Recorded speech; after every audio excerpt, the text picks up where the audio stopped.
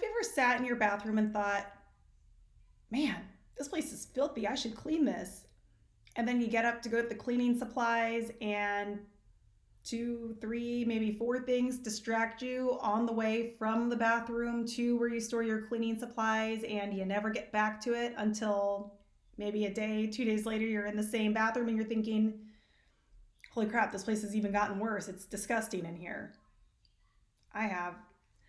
Have you ever sat down thinking, I've got 5 minutes to spare, so I'm just going to have a quick peek at Facebook, and then you decide to also check out Instagram and Reddit and Nextdoor, and before you know it, 45 minutes has passed?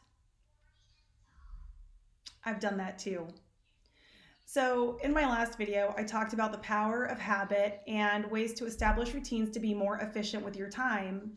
And I promised a video on time management skills as well. That's what this video is going to be about. So, quickly, hello, welcome to my channel. My name is Tina, and I typically ask you to picture what financial freedom looks like to you, and then we'll talk about ways to get there. But lately I've been wanting to really speak about time management skills, life hacks, and just things that make life more productive. So that's what I'm focusing on this week, and I hope that this is going to be helpful to you. If it is, be sure to like and share. And if you are new to my channel, I would really appreciate if you subscribe so that I can grow this YouTube family. In this video, I'll introduce 5 time management hacks that I use in my life, and I'll start with the first one being keep tools where you need them. This throws back to the story I gave about the dirty toilet or the dirty bathroom.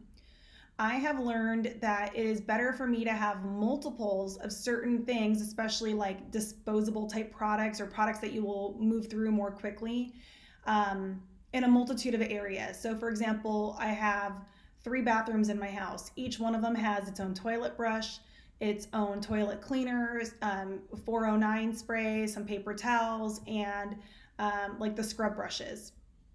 And the reason I do that is because if I'm in a situation where I'm using the restroom and I'm like, oh, this is kind of dirty, I got to do something about this, I've learned about myself that I'm like a squirrel that sees a shiny object. I'll be like, ooh, shiny object. And then I run toward it, even though I want to get this other thing done and I set the intention to get that thing done. By the time I walk away from it to go get the tools that I need to do it, that shiny object will capture my attention.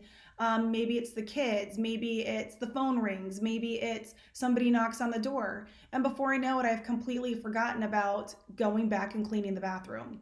This happens to me all the time, and I suspect it happens to you guys as well. A couple other examples of things that you can store in multiple places to make your life easier is I keep sunblock and bug spray in the car, as well as in like our mudroom area for when we're on our way out of the house. That way, if we're just playing out in the front yard, I can spray down the kids, but simultaneously, if I am, running errands and we decide to stop at a playground, I have the tools I need to keep my kids safe right there in the vehicle with me. Another great example of this is notebooks. I have notebooks strategically stashed all around the house, and the reason I do that is because if I think of something that I want to capture, rather than being like, okay, I need to think of this and write it, I need to retain this in my memory so I can write it down later, I just write it down right away. I keep a notebook by my bedside table. I keep them obviously in my office, and I also keep them in the kitchen so that if I think of something that needs to be jotted down, I can do it promptly and I don't have to go find the tool I need to do that, only run the risk that I'll get distracted and it won't get accomplished. Going back to the second example I gave, wasting time on social media. I will start by saying that I feel like we are so blessed to live in the era that we live in, to have smartphones and to have social media to help us stay connected and to just afford us the convenience that these technologies bring. So love them. But I've also identified that it's like having immediate entertainment in your pocket all the time. So I have learned that I have to apply rules for how and when I can use my phone. I got this idea from a weight loss video that I had seen years ago, and it was about the idea is called bright lining, establishing a firm, bright line that you are not to cross. And in doing so, you are establishing parameters for how to, just around whatever it is that you're looking to accomplish. So, for example, in the diet, trying to lose weight, the bright line might be I work in an office where people bring snacks in every day of the week. But I might say that I'm going to establish a bright line that I stick to the food that I pack, and I'm only allowed to indulge in snacks on Fridays. And in the example of social media, I might say that I enjoy social media, but I'm only going to allow myself to look at it when I am, you know, um, at the end of the day. Like maybe I say after dinner, before the trigger starts for me to like wash my face and do whatever I need for my go to bed routine, I allow myself like a 45-minute window where that is my space of time that doesn't have to be used for looking at social media, but can be used for social media. So, in other words, establish rules for yourself on the things that you know become significant time wasters. The next rule that I wanted to call out is multitasking, or it's not a rule, but a tip.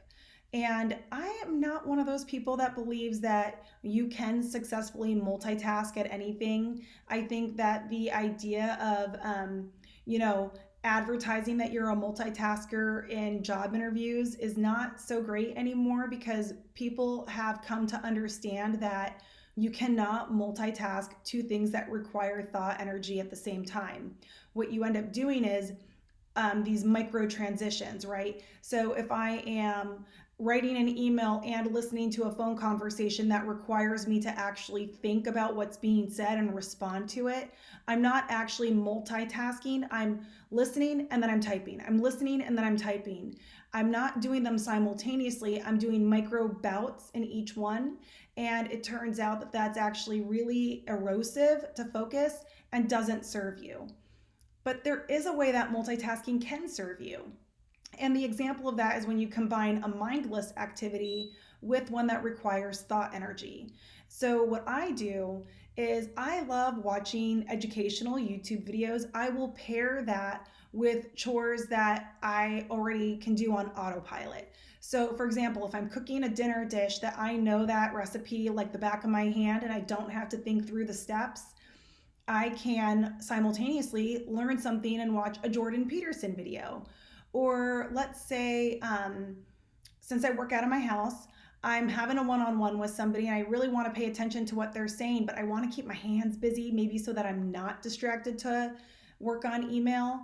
I will step away from my desk and I will wipe down counters or I will fold laundry. These are things that I can do without really thinking about it and simultaneously stay engaged in the other activity that's underway, whether it's a learning activity or a conversation that's important. So that is tip number 3, multitasking in a way that is truly productive. Tip number 4 is leverage free services. The favorite one that I have right now is shipping and Aisles Online. Aisles Online is specifically for Hy-Vee, but I'm sure, like I know a lot of different grocers do this, where you can order your groceries online and they will pick it all out for you. And then all you need to do is schedule when you'll go and get that from them. Some people will actually deliver it to your house. I don't do that because you have to pay an extra fee for that. But to have them pick it out and then I just go and tell them I'm there, that saves me about an hour's worth of time because I'm a slow shopper browser. It's actually saving me money too because I'm not browsing and seeing things on an end cap that I think, oh, that looks delicious. I'm going to get some of that as well. I stick to my list this way and it saves me a bunch of time. Delivery can be used to save time and money as well. There are things that I now buy on Amazon Prime because they're repetitive things that I buy, like toothpaste, for example. I can have that shipped directly to my house. I'm spending the same amount of money and the delivery is free with Prime and it's 2-day shipping, depending on what it is that you're purchasing. So leverage those free services so that you can have that time back at your disposal. And then my last tip is keeping lists. One of the most annoying time wasters, and I don't do this anymore, but I certainly remember doing this, is trying to think about what I should do next, right? I would finish an activity and be like, what should I work on next? I know there's a lot of things I could work on and I should work on. And then I spend 20 minutes figuring out what that should be. That's 20 minutes I just wasted. If you keep a list of the things that you need to get done and you've prioritized that list, and maybe you even keep two lists. You keep one list of like the things that are top priority but take a certain amount of time, like, oh, we're going to require 2 to 3 hours of intense focus. Keep that list, and then also keep your list of short to-dos that you can quickly knock out when you got 20 spare minutes. Keeping these lists, and I've done a video, and I'll link it above, that you can click the eye that'll show up on the screen to watch it. Talking about the value of keeping lists on your phone, and you can do this to serve yourself just in recalling things like people's names, but also to make sure that you stay very productive with the time that you have when the time is made available to you. So there you have it, guys. I feel like I ran through those really quickly, but those are my 5 time management hacks that have served me really well. If you have any hacks that have served you, let me know in the comments. I want to hear about it. I'm always looking for new opportunities to improve, and honestly, if you're watching this video, you probably are too. So leave something in the comments and check out what people leave in the comments. Again, thank you for watching, and I'll see you in the next video.